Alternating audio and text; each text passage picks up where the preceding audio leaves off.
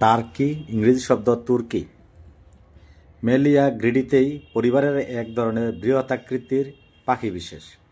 এগুলো দেখতে মুরগির বাচ্চার মতো হলেও তুলনামূলকভাবে অনেক বড়।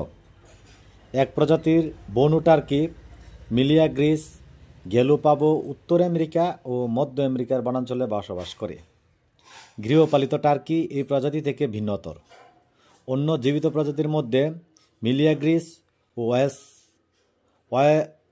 ওসেলটা বা চক্ষু আকৃতির চিহ্ন বিশিষ্ট টার্কি আবাসস্থল হচ্ছে ইউকাতান উপদ্বীপের বনাঞ্চলে।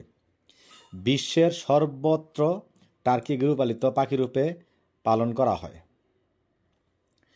বৈজ্ঞানিক শ্রেণীবিন্যাস। এটি হচ্ছে অ্যানিমালা পর্ব কার্ডাট্টা পর্বের। মার্কিন যুক্তরাষ্ট্রের অধিবাসীরা সনাতনী ধারায় থ্যাঙ্কসগিভিং ডের ছুটির দিনে টার্কি ভোজন করে থাকে।